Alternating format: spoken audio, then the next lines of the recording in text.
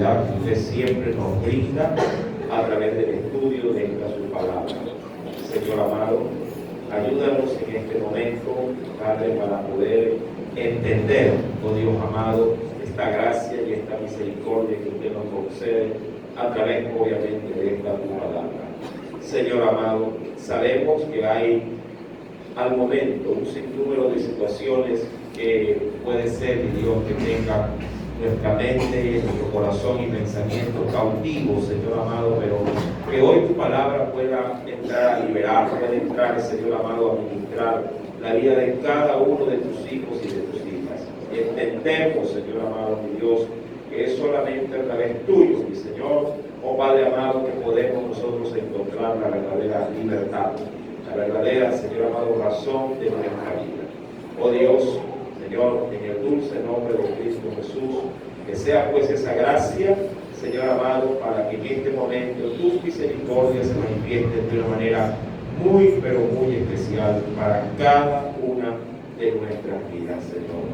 Padre, así también te pido que usted envíe a su pueblo, envíe a tus hijos que han dispuesto en esta mañana estar aquí junto a nosotros, oh Dios, para poder en ti, Señor amado, todos crecer de manera uniforme, mi Señor amado. Oh Padre, Señor, te lo suplico, mi Rey, en el poderoso nombre de Cristo Jesús.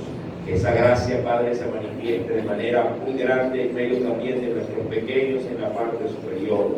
Mira a cada criatura, a cada pequeño, Señor. Padre, háblales y ministrales también conforme a las misericordias que usted nos ha, Padre, tenido.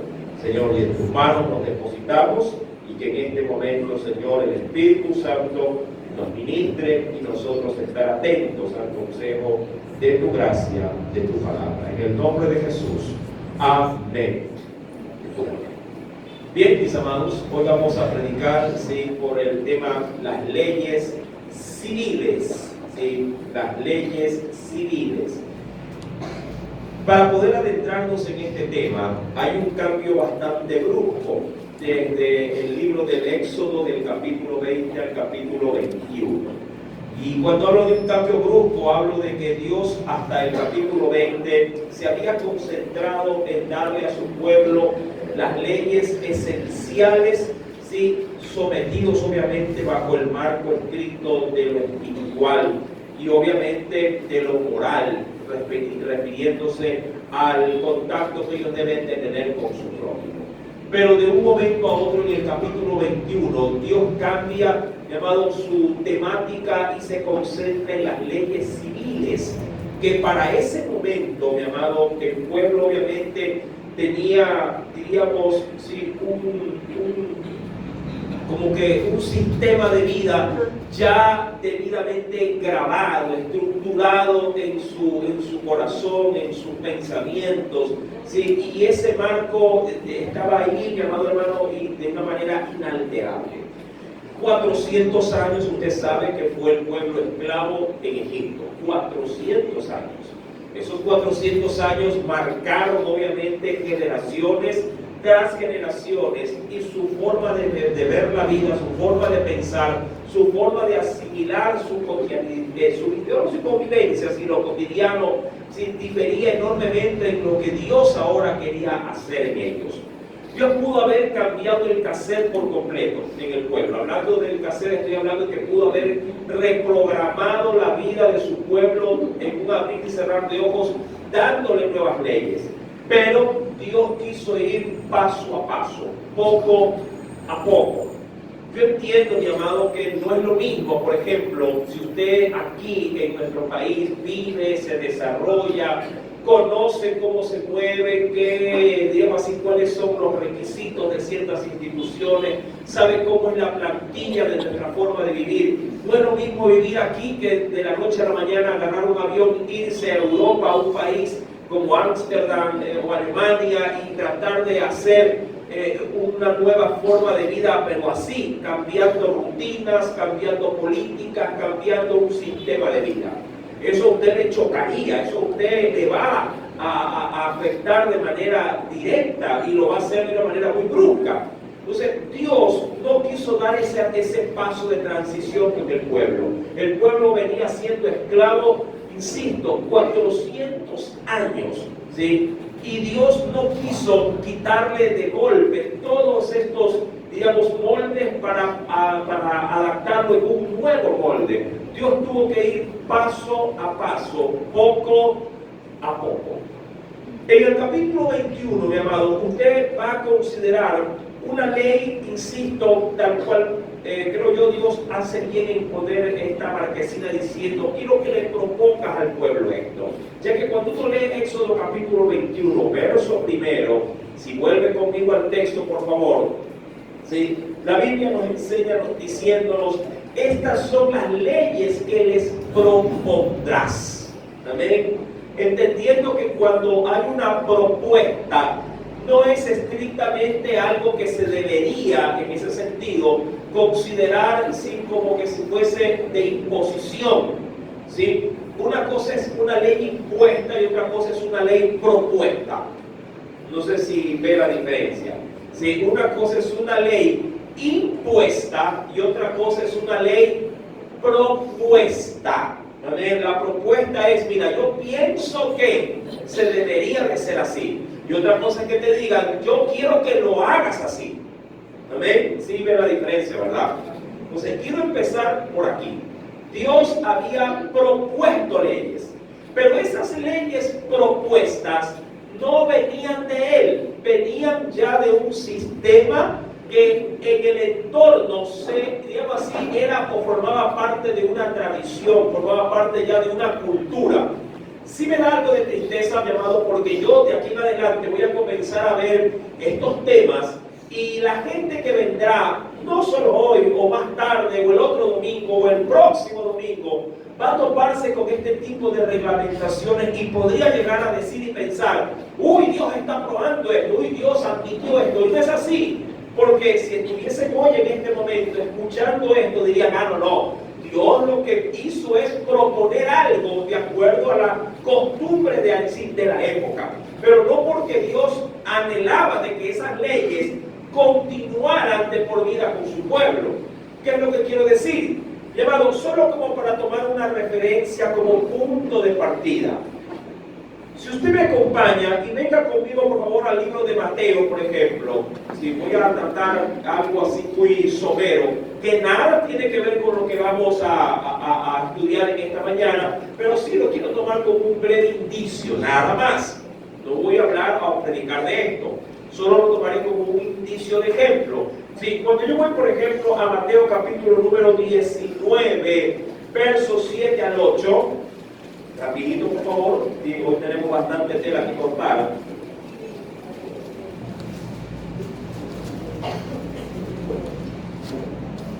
¿Lo tiene? Cuando voy a Mateo capítulo 19, versículos 7 al 8, la palabra del Señor nos dice: le dijeron. Eso llamado los escribas o ciertos ciudadanos de los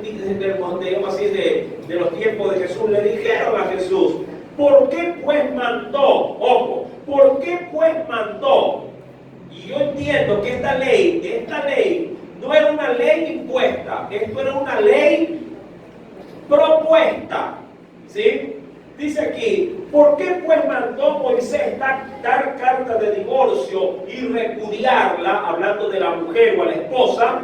Y Jesús responde, Él les dijo: por la dureza de vuestro corazón, Moisés os permitió repudiar a vuestras mujeres, mas al principio no fue así. ¿Por qué? Porque, volviendo al tema, no voy a tratar eso. ¿Por qué? Porque volviendo obviamente a las costumbres y a las usanzas de la época, eso era lo que se proponía. ¿Me entienden? Esas eran las propuestas de su tiempo. No era obviamente para Dios el adaptar las propuestas a un estilo de vida. Hermano, Dios sabía que el pueblo tenía que pasar por una transición para cambiar su forma de pensar. De golpe no lo iba a hacer. Es como tratar de darle ahora a alguien que no sabe leer ni escribir, de golpe que yo decirle: mire, en un mes tú tienes que aprender a leer y escribir. Le va a chocar, no lo va a poder lograr. Tiene que pasar un periodo de transición, un ajuste, para que poco a poco esta persona persona se vaya adaptando, ¿sí?, a algo que él obviamente no practicaba. Mi amado hermano, dicho esto, ¿sí?, entonces tomo como referencia que Dios quería que el pueblo considere, ¿sí?, una propuesta, no algo impuesto. Y ahí es donde Dios le dice: estas son las leyes que les propondrás. Ahora, todas o la gran mayoría de esas leyes ya estaban, no en la Biblia, ya estaban en el sistema de vida de la época. La mayoría, unas que otras Dios las normó. Dios como que las, digamos así, le dio parámetros, le dio algo de forma, pero la mayoría de esas leyes ya estaban escritas. ¿Dónde? Llamado en el códice o en el, digamos así, o en las leyes propias de los pueblos. Uno de esos códigos eran las leyes de Hammurabi. Eso era un sistema comercial, sí, un sistema, mi amado hermano, de leyes que regía de una u otra forma las transacciones, la vida, diríamos, comercial de la gente. Esas leyes ya estaban ahí y el pueblo las conocía, porque venía obviamente de un sistema, hablando de un sistema egipcio, donde había leyes ya preestablecidas, había normas. No todo era desgracia, no todo era caos, no todo era malignidad. Había leyes que los países llamados de buena, digamos así, de buena intención, sí, tenían muy buenos fundamentos, y hacía bien el pueblo de tomar muchas de esas leyes para aplicarlas en su cotidiano vivir. ¿Sí me está entendiendo hasta ahí, verdad? Sí, mira, muchas leyes que nosotros tenemos, o nuestra forma o estilo de vida que nosotros hoy por hoy practicamos, no todas han salido de la Biblia. Usted ya ha venido a Cristo, bueno, yo creo que en el promedio estándar de 20 años para acá, ¿verdad? Pero usted ya vino con un sistema, usted ya vino con un estándar de cómo vivir la vida. Ya vino con parámetros, ya vino con leyes, ya vino con normas, ya vino con, digamos, con situaciones que le han grabado, ¿sí?, su diaria forma de adaptarse a este sistema de vida. Y muchas de ellas me parece que están bien puestas, ¿verdad? Por ejemplo, un ejemplo sencillito, nos han dicho que debemos de estudiar 6 años de primaria, 6 años de colegio y 6 años de universidad. ¿En la Biblia me dice algo respecto de esto? No. Pero ha servido para podernos educar, para poder avanzar intelectualmente. Creo que sí, y me parece que está muy bien, ¿verdad? Leyes y normas llamadas de salubridad, que las tenemos, que muchas de esas en la Biblia no están, pero usted las ha adaptado, ve que ha valido la pena y las usa, y de hecho las sigue enseñando, ¿verdad? Entonces, mi querido hermano, ese sistema Dios lo consideró, y aprovechando que dio la plantilla base, que eran sus mandamientos. ¿Cuántos recuerdan los mandamientos de Dios? ¿Me los podría repetir? Desde el año pasado que no los escucho, diciéndome los mandamientos. Primero, no tendrás dioses ajenos delante de mí. Segundo, no te hagas imagen del Señor. Tercero, ¿cuál era? No tomarás mi nombre en vano. Cuarto, guarda mi reposo. Quinto, honra a tu papá y a tu mamá. Sexto, no matarás. Séptimo, no cometerás. Octavo, ¿no qué? No hurtarás. Noveno, no hablarás falso testimonio contra tu prójimo. Y décimo, mira lo demás rapidito, no codiciarás nada que no sea lo que Dios te dé. Amén. Dicho de una buena forma. Mire, si no lo sabemos, gracias a Dios ha valido la pena tanto esfuerzo estudiarlos. Ahora falta vivirlos. Mi querido hermano, sí, las leyes habían sido dadas, la base, pero Dios dijo: hay que aprovechar, ya que mis leyes están marcando un nuevo inicio, hay que normar las leyes que ellos ya tienen implantadas. Amén. Pero esas leyes, no digo en su totalidad, pero la gran mayoría de las leyes que eran consideradas como leyes, diríamos así, agravantes, Dios las tenía que luego más adelante, poco a poco, írselas quitando. ¿Sí? De ahí que podríamos considerar que estas leyes son leyes propuestas, no son leyes impuestas. Mira que yo voy a estar nombrando esto ya para enseñanzas futuras, como para que por lo menos usted recuerde, cierto que eran propuestas, no eran impuestas. Propuestas porque ya estaban habituadas a un estilo de vida de la época. Amén. Y claro, hay muchas leyes que por épocas son válidas, y cuando llegan nuevos tiempos hay leyes que se vuelven totalmente obsoletas, es decir, que ya no tienen ningún tipo de validez, ¿sí? Ya no tienen validez. Ahora bien, dicho esto, miren que nos hemos tomado nuestro tiempo para poder dar la introducción. En el verso primero Dios les dice: estas son las leyes que les vas a proponer, ¿sí? o las que les vas que les vas a dar a considerar. Dice: si compraras un siervo hebreo, ojo, estamos directamente entrando en un plano que para muchos de nuestros tiempos o para nuestros países es obsoleto. Hablando de qué cosa, de la esclavitud. Usted dirá, pero ¿por qué vamos a tomar estos temas, mi amado hermano? Si esto ya es ambiguo, esto ya es pasado, esto ya no tiene efecto alguno en nosotros al momento. Sí, es verdad, pero la esclavitud, mi amado hermano, sigue siendo tema de boga. ¿Sí? La esclavitud, diríamos, existe. Yo no digo que no, pero ya no, digamos, en la máxima ejecución dentro de la época, obviamente, bíblica. Pero existe otro tipo de esclavitudes. Claro que sí. De hecho, todo hombre, bíblicamente hablando, es esclavo del pecado. Nos gusta y no reconocerlo, ¿verdad? La esclavitud está ahí. Claro, de una forma distinta, con una carta de presentación diferente, pero la esclavitud está ahí. Hay esposas que pueden ser esclavas de su marido. ¿Sí me entienden? Y está ahí la esclavitud. Hay patrones que se muestran ante sus empleados como un señor dominante, donde esclavizan a sus empleados. Y a su pretexto de un pago, obviamente los manipulan, y ellos por la necesidad, se dejan someter bajo esclavitud. ¿Entienden?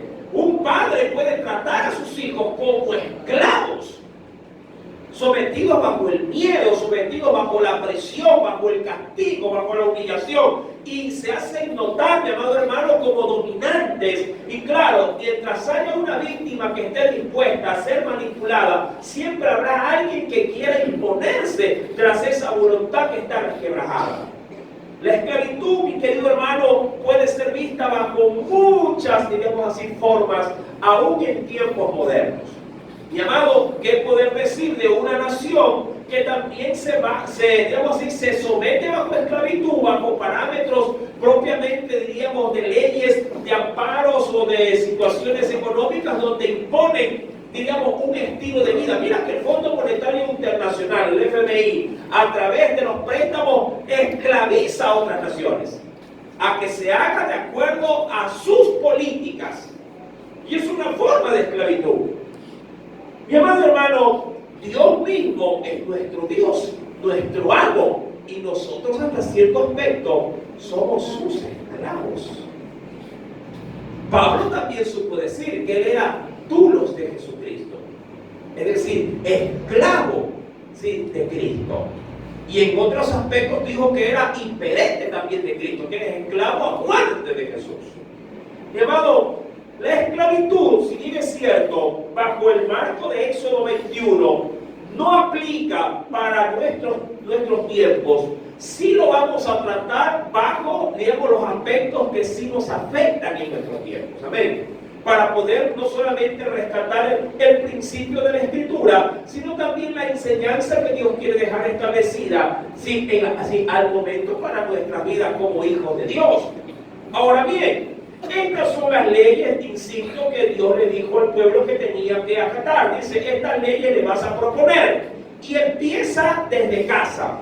¿De qué forma? Si comprares siervo hebreo. Ahora, esto, mi amado, ya era algo bastante común dentro de la época. Que un hebreo pueda obtener como esclavo a otro hebreo. Esto ya, diríamos, está para nosotros fuera de todo orden, pero sin embargo era una costumbre de que alguien pueda comprar a un pariente suyo como esclavo a su servicio. Mi amado, insisto, Dios no aprobaría esto a futuro, pero tenía que normar las costumbres de la época. Si comprares un siervo hebreo, 6 años te podrá servir. Mas al 7º año, dice la Escritura, saldrá libre gratuitamente, que es lo que implica respecto de lo que se dice de balde. Saldrá libre gratuitamente. ¿Sí? Mi querido hermano, la esclavitud, insisto, no es un parámetro admisible dentro de la vida cristiana. Sin embargo, la costumbre en la época ameritaba por lo menos que Dios considerara que la esclavitud todavía estaba en el corazón de su pueblo. 430 años, siendo más exacto, no iban a salir de golpe del corazón del pueblo. Ellos habían, ¿cómo te digo? Habían vivido esclavos. Habían visto a sus padres como esclavos. Habían, mi amado hermano, comido como esclavos. Habían vivido toda su vida bajo el yugo de la esclavitud. Sacar la esclavitud del corazón no es fácil cuando uno se ha acostumbrado a vivir siendo esclavo. No lo sé, mi querido hermano.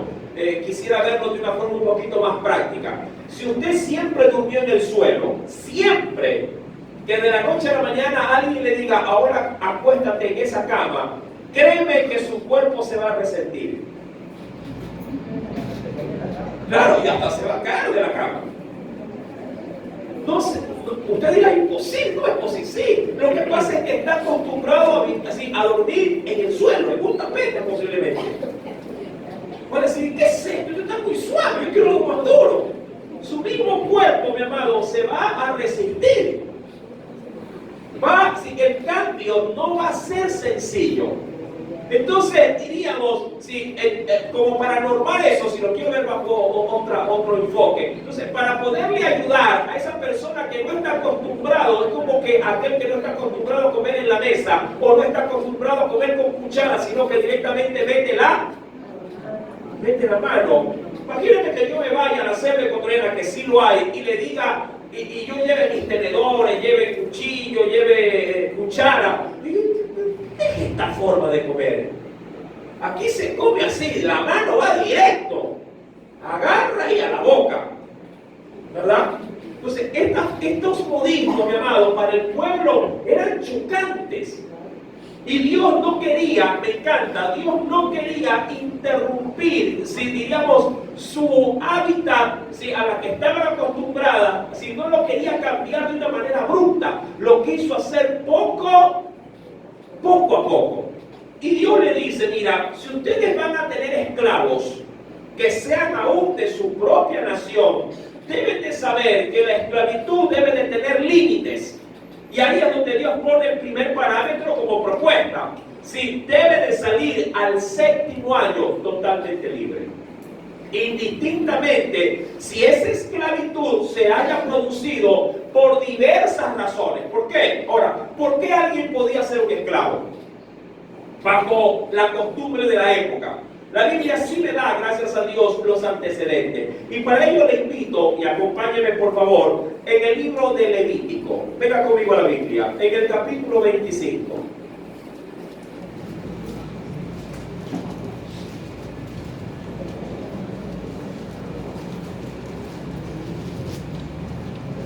Veamos parámetros. Y luego nos vamos obviamente a los parámetros espirituales. No podemos pasarnos por alto esa parte. En Levítico capítulo 25,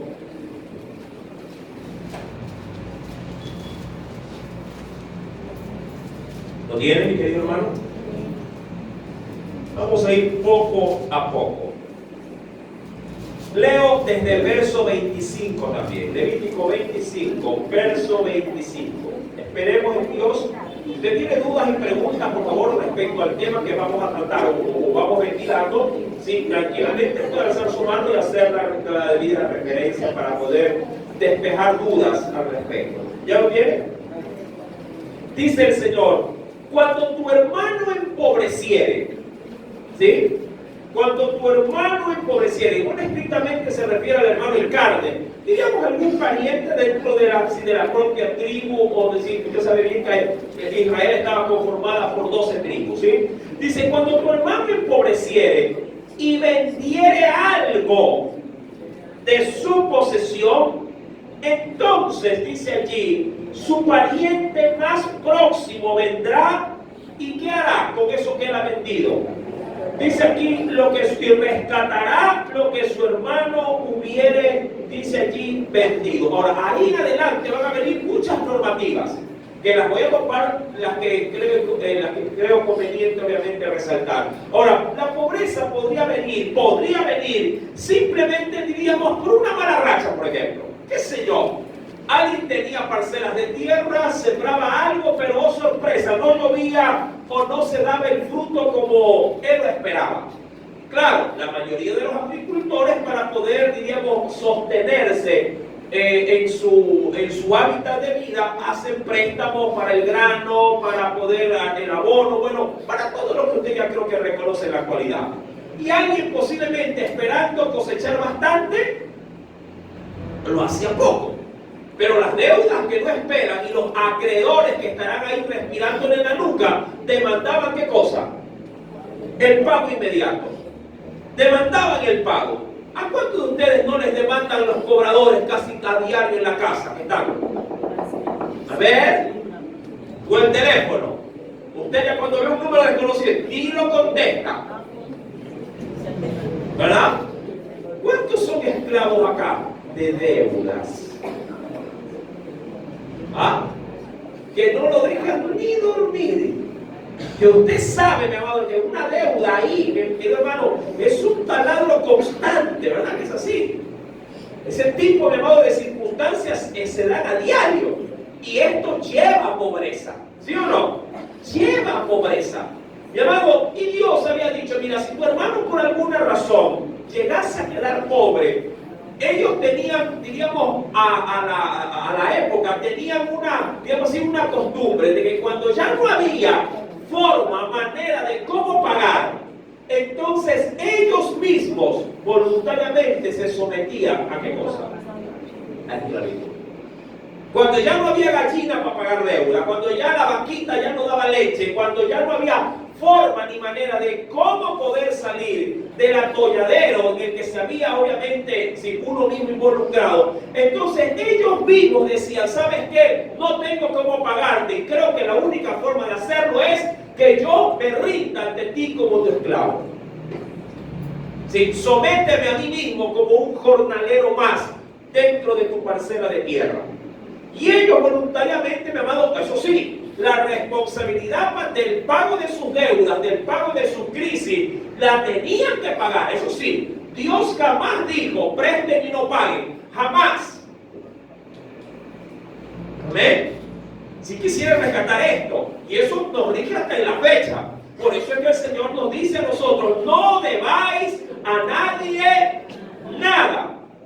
Porque de lo contrario, mi amado hermano, quedamos sometidos a un tipo de esclavitud. Si usted adquiere algo, mi hermano, se obliga a pagar ese algo. Ahora, si usted no sabe hacer negocio, qué pena por usted.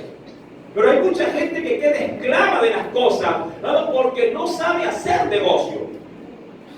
Decía alguien en algún momento: el pobre compra cuando salen las cosas, el rico así lo compra después.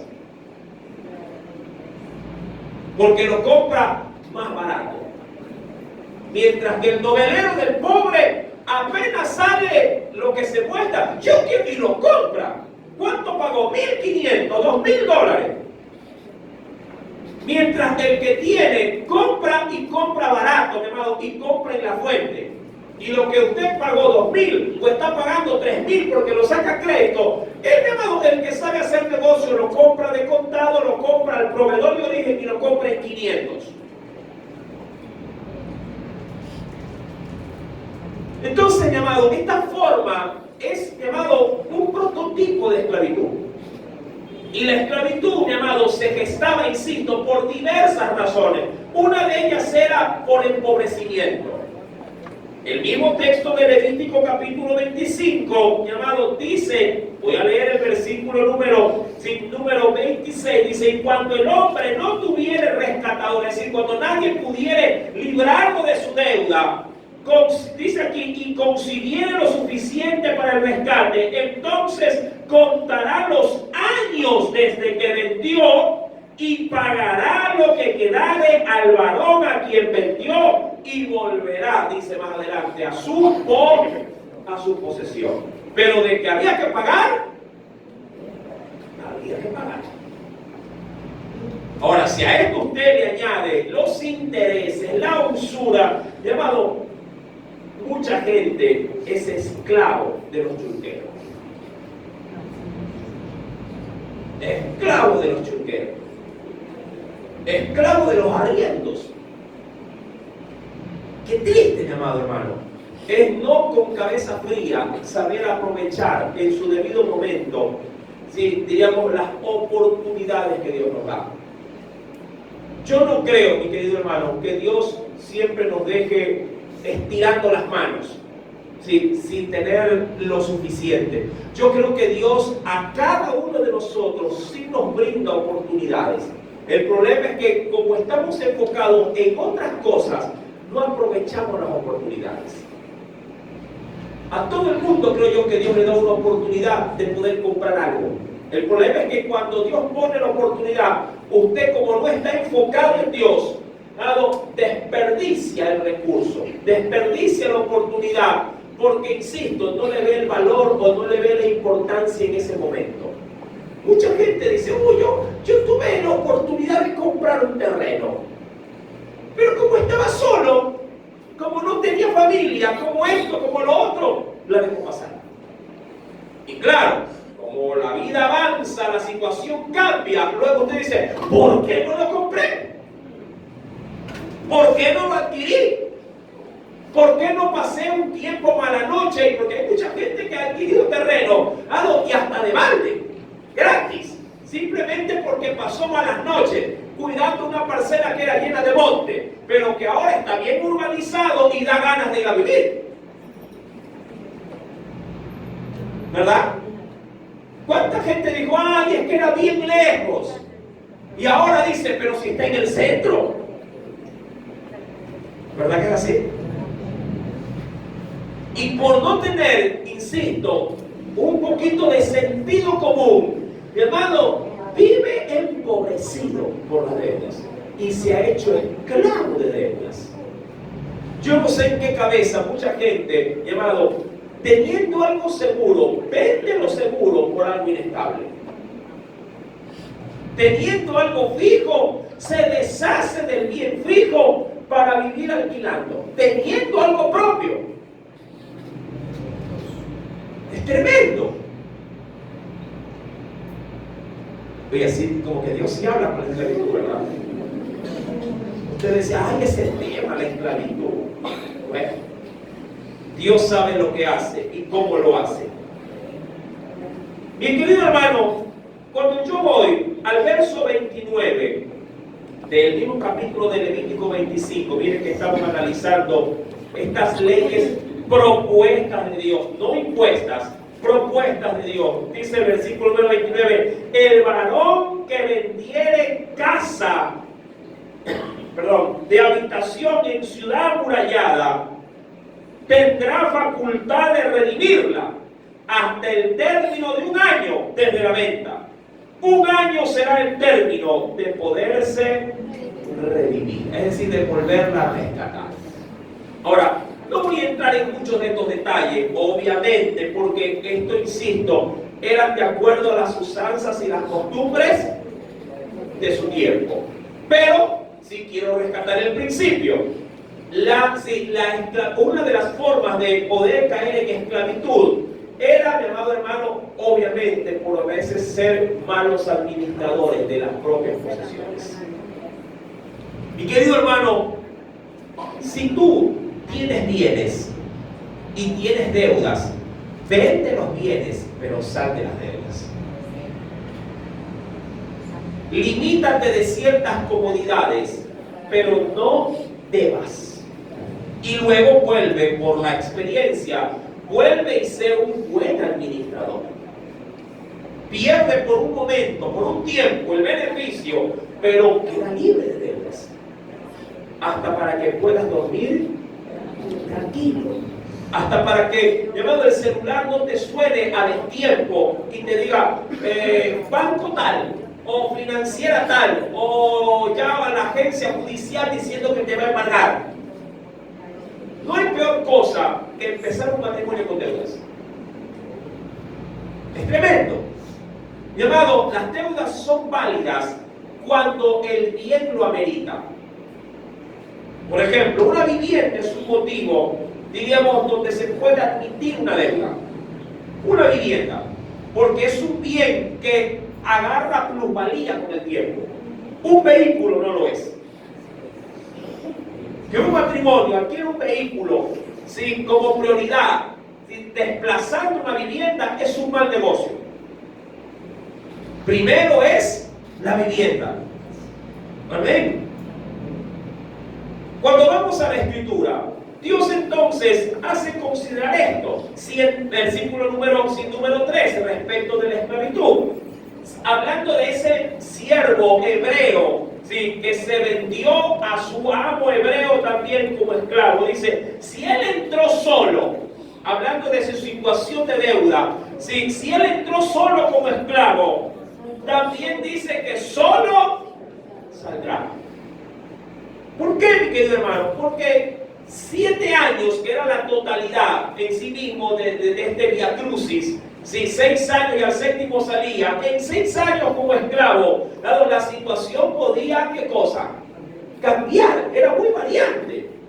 ¿Sí? ¿Por qué, mi amado? Porque en 6 años, si alguien se vendía como esclavo, vamos a suponer que un padre, supongamos, que es algo de la época también, supongamos que un padre decía, mira, no tengo cómo pagarte la deuda, pero tengo un hijo que tiene 18 años, que es fuerte, que es vigoroso, que es emprendedor, y yo creo que lo puedes usar, si de pronto en la crianza de tus vacas, para que te ayude a sacar el ganado, si para que lo cuide, para que él te sirva como un jornalero. ¿Sabes qué? Agarra a mi hijo durante 6 años, para que por medio de su esfuerzo, su trabajo, él pueda pagar la deuda que yo tengo contigo. Y si el hijo decía, está bien, no hay problema, papá, yo sé que aquí todos vamos a salir arrimando el hombro, entonces el hombre decía, me voy a trabajar como jornalero. Pero en 6 años podía ser que ese hombre se enamore de pronto de una empleada de su amo. ¿Sí? Se hagan ojitos, se hagan el saludo, ¿qué tal? ¿Cómo está? Usted está criando allá, él está sacándole, la chica está de pronto ahí sacándole la leche a la vaquita, el otro está agarrando la paja, dando de comer a los otros animales, y ojos van, ojos vienen, manos van, manos vienen, saludos van, besos vienen, y se enamoraron. Pero él es esclavo, y ella también lo es. Y el uno al otro, obviamente, llamados, si saben que están ahí por un, digamos así, por una necesidad superior. Pero, insisto, entre miradas van y miradas vienen, ¿sabes qué? Me gustan, yo te gusto, casémonos. Pero ambos son esclavos. Y Dios, queriendo obviamente normar la situación, le dice, si el esclavo entró solo sale. Si tenía mujer, saldrá, dice aquí, ojo, si tenía, eso es otra cosa. Si tenía mujer, saldrá él y su mujer. Pero si no tenía mujer y consigue mujer con la esclava de su señor, está fregado. Se tenía que ir solo. Otra cosa es que hubiera llevado mujer. Dado, Dios, insisto, quería normar la situación.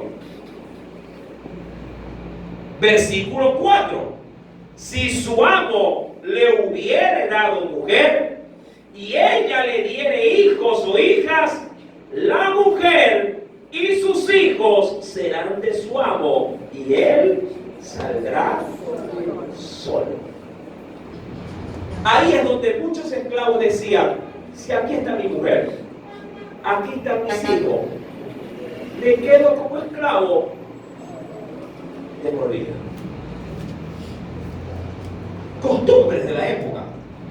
Pero Dios, insisto, las quiso, ¿qué cosa en su entorno? De su pueblo, las quiso normar por medio de estas leyes propuestas. Mi amado hermano, cuando vamos a la Escritura, yendo ya al marco del Nuevo Testamento, ¿cómo se manejó la esclavitud? Ahora, entendemos, mi amado, que en los tiempos de Jesús la esclavitud también era algo que estaba todavía en pleno vigor, en pleno rigor. Cuando yo voy, y acompáñenme por favor, vayamos al Nuevo Testamento. Yo quisiera ver, mi amado, ciertos aspectos bíblicos. Veamos, por ejemplo, lo que nos dice en la carta a Filemón. Venga conmigo, por favor.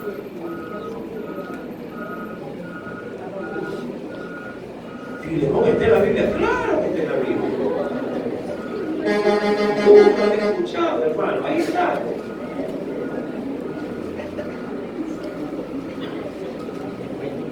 Sí. Después de Timoteo viene Tito, y después de Tito viene alguien de Filemón. ¿Lo tienen? En la carta a Filemón, capítulo 1, ¿lo tienen? ¿Lo encontró? Voy a leer desde el versículo 8 en adelante, ¿sí? Ahí tenemos, por ejemplo, un típico, ¿sí?, suceso de un hombre creyente, ¿sí?, y un esclavo de ese hombre creyente que también era creyente. Y dice el Señor,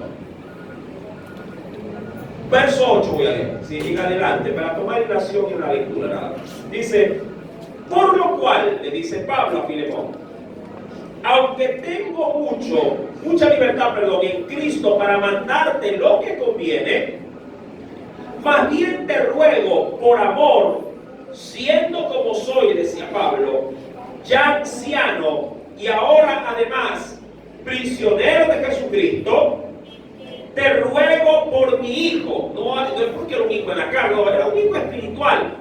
Te ruego por mi hijo Onésimo, así se llamaba, a quien engendré, o a quien le deposité cuando estaba preso, ¿qué cosa? La palabra, en mis prisiones, el cual en otro tiempo te fue inútil, pero ahora a ti y a mí nos es útil, el cual vuelvo a enviarte. Tú pues recíbeme como a mí mismo. Versículo 13. Yo, dice Pablo, quisiera retenerle conmigo para que en lugar tuyo me sirviese en mis prisiones por el Evangelio. Pero nada quise hacer sin tu consentimiento, para que tu favor no fuese como de necesidad, sino voluntario. Porque quizá para esto se apartó de ti por algún tiempo, para que le recibieses para siempre. No ya como esclavo, sino como más que esclavo, como hermano amado mayormente para mí, pero cuanto más para ti, tanto en la carne como en el Señor. Ahora, ¿qué había pasado? Mi amado, cuando Pablo le escribió a Filemón, le escribió una carta, se le escribió él estando preso. ¿Quién? Pablo.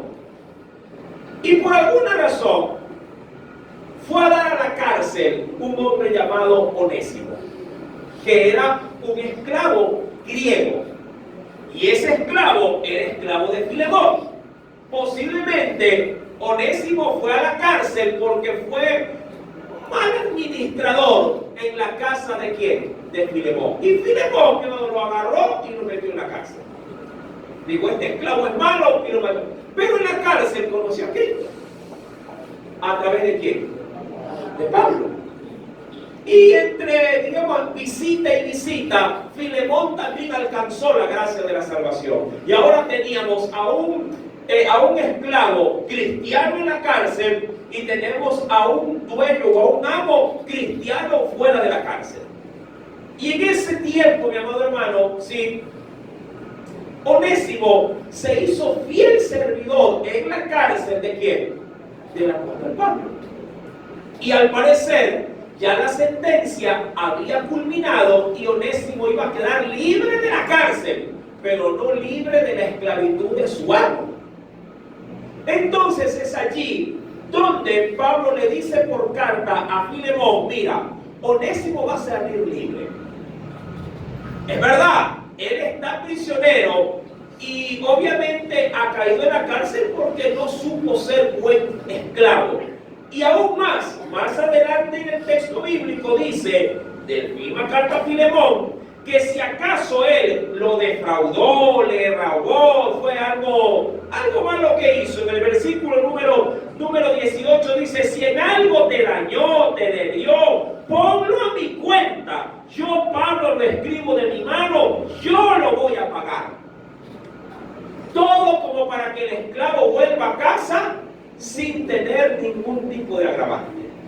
Pero insisto, él seguía siendo esclavo. Entonces, ¿qué es lo que quiero resaltar en este episodio bíblico? La esclavitud era algo habitual de la época.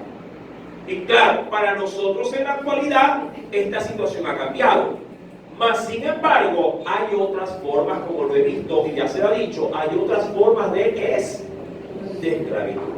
Ahora, mi querido hermano, cuando yo vuelvo a la Escritura, es decir, cuando vuelvo al libro del Éxodo, capítulo número 21, Dios queriendo en estas leyes propuestas, queriendo normar algo que era tan habitual como lo es la esclavitud, Dios le dice a los amos y a los esclavos que si ellos, si acaso, llegan a obtener una mujer o se llegasen a tener algún tipo de unión conyugal con una esclava, si la esclava no era su propia mujer antes de ser esclavo, bien podía salir con ella, pero si la mujer esclava era de su amo, ellos tenían que salir totalmente solos.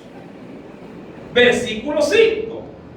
Y si el siervo dijere, yo amo a mi señor y a mi mujer y a mis hijos y no saldré libre, entonces, ¿qué dice el verso 6? ¿Puede leerlo? Éxodo 21, verso 6.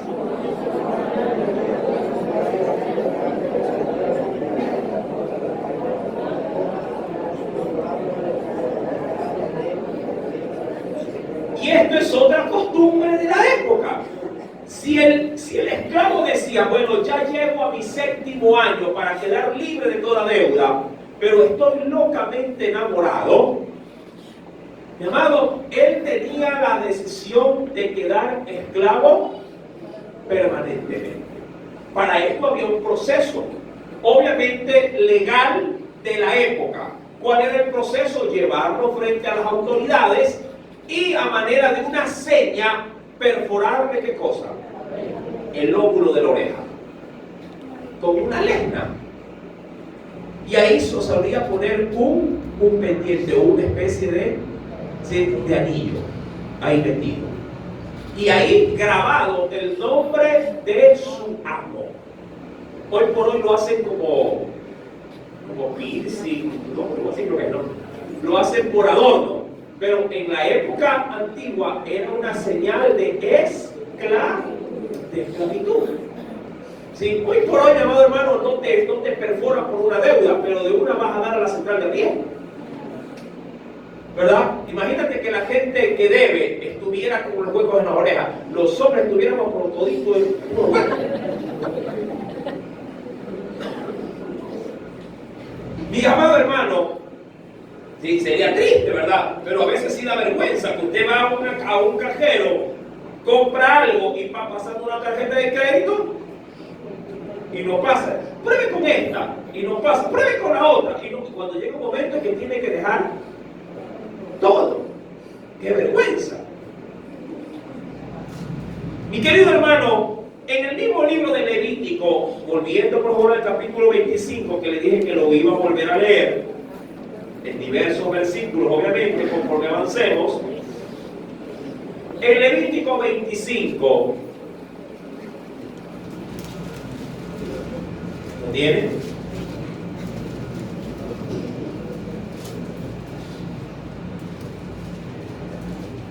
Verso 39, dice el Señor en adelante.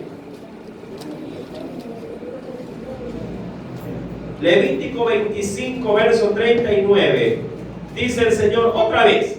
Esta es la segunda vez que lo dijo. La primera vez lo dijo en Levítico 25, 25. Ahora lo dice en Levítico 25, 29. Por la misma razón, cuando tu hermano empobreciere, estando contigo, y se, ¿qué dice?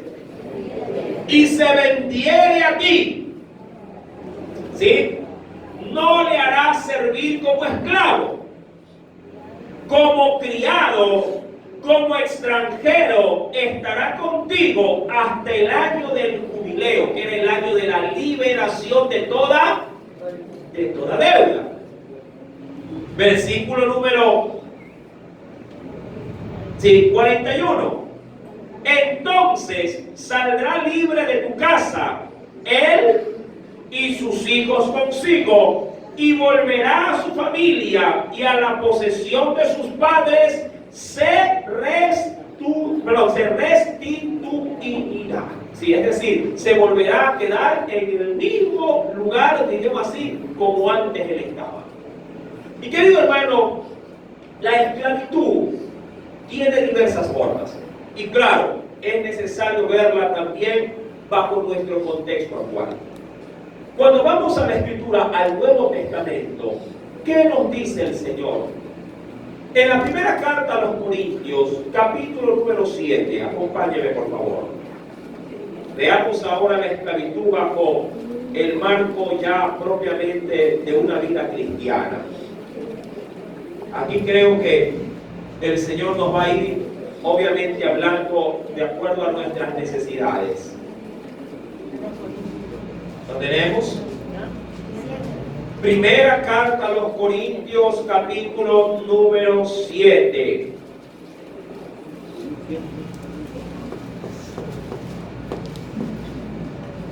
¿Ya lo tiene? Verso número 21.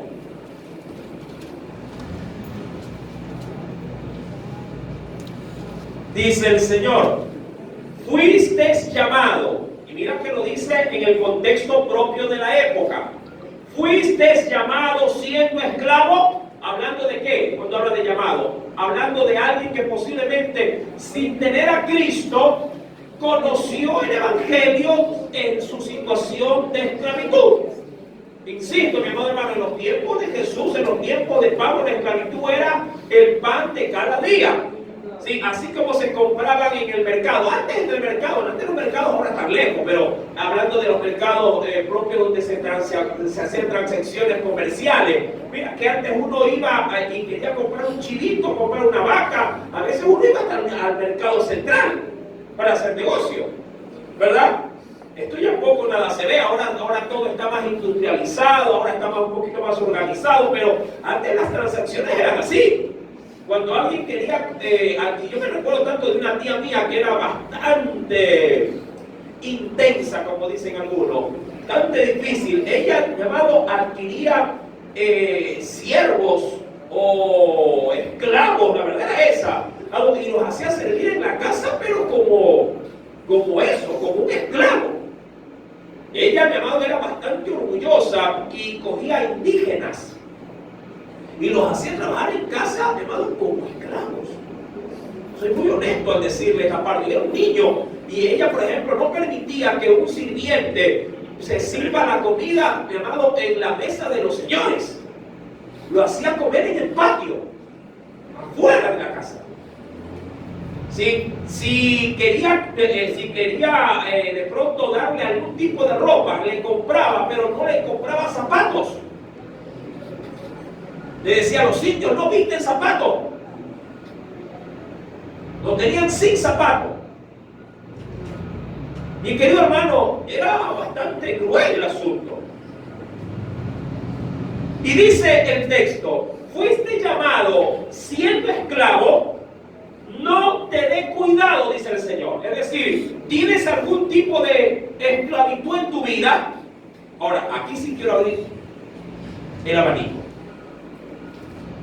Alguien puede estar en este momento viviendo una vida de esclavitud. El preámbulo, ¿sí? Usted puede estar de pronto pasando esclavitud en casa, con un marido que la somete y claro, usted que se deja someter. No estoy hablando de rebeldía contra el marido, pero su marido no es su dueño, ni usted tampoco, mi querida hermana, es la ama y la señora de la casa, en el sentido estricto de ese protagonismo de un rol por demás ejecutado. Porque también hay mujeres que dicen, aquí mando yo, y le ponen CARAJO. Y aquí se hace lo que yo quiero, lo que yo digo, lo que yo mando, y tú te callas. Y el marido,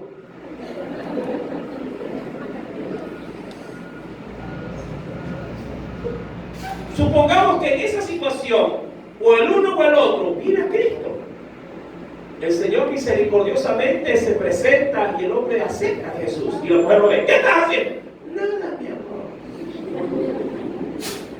Y tiene a Cristo. O ella también. Mi amor, tengo que decirte, ¿qué quiere? Ir a casa de oración. ¿Y qué pasa? Recibir a Jesús. ¿Quién es Jesús? ¿Dónde está? ¿Quién? Así se llama el pastor, ¿verdad? Jesús. No, Jesús el Señor. Fuiste llamado siendo esclavo. Imagínate que alguien haya sido llamado siendo esclavo, por ejemplo, de un trabajo. ¿Sí? Siendo esclavo del estudio. Hay gente que es esclavo del estudio, les cuento. Hay muchas formas de ser esclavo. Dice el Señor, no te dé cuidado, es decir, no te preocupes. Pero también, y aquí viene el consejo divino, también si puedes hacerte libre, ¿qué dice? Procúralo más. Ahora, ojo, aquí yo no estoy motivando, no estoy fomentando la separación. Yo entiendo, mi amado hermano, que hay matrimonios que son de infierno, ¿sí? Donde la esclavitud, visto bajo la óptica propiamente de este estudio, se da. Y créeme, mi amado hermano, que hay hogares que sí deberían de preferiblemente vivir distantes, separados, porque el sometimiento es un abuso excesivo. Y en ese sentido, cada caso, como también lo digo, hay que tratarlo de manera muy personalizada. Cuidado, usted va a decir, el pastor ha dicho que no voy a ser esclavo más de ti, hombre, así que me voy.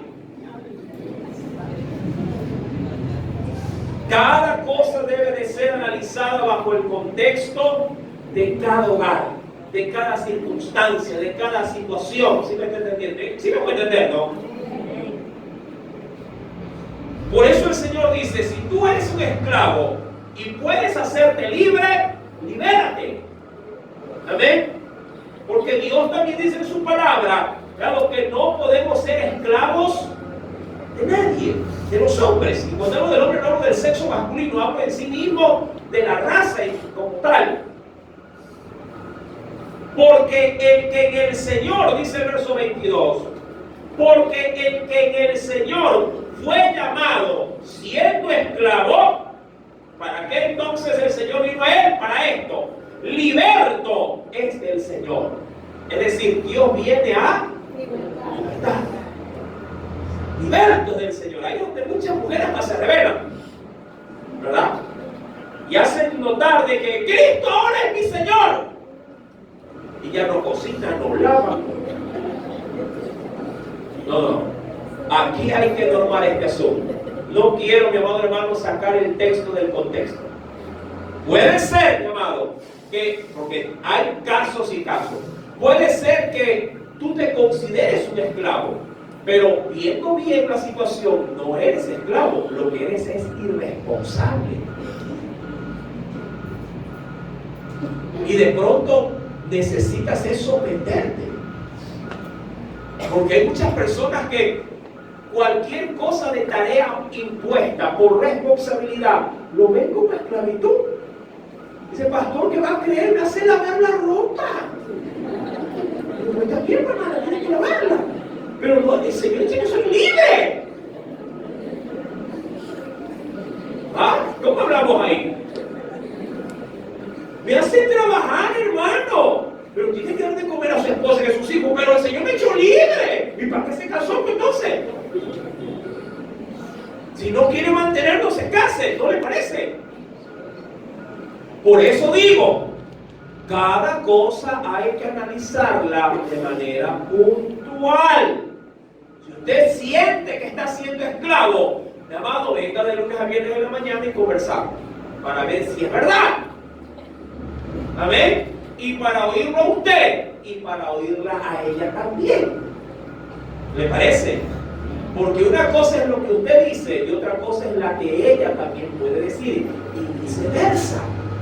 De pronto, mi amado hermano, usted está viviendo en un oasis y es ella la que es prisionera de usted o viceversa. Por eso el Señor nos dice, porque en el Señor dice aquí fue llamado, porque el que en el verso 22, porque el que en el Señor fue llamado siendo esclavo, liberto es del Señor. Asimismo, el que fue llamado siendo esclavo, dice aquí siendo libre, la contrapuesta, también a qué venimos, nos guste o no, venimos a qué dice, a ser esclavos del Señor. O sea, de una u otra forma, a algo estamos sujetos. Estamos sujetos. Porque hay también quienes de pronto, en un mal concepto, piensan que venir a Cristo es venir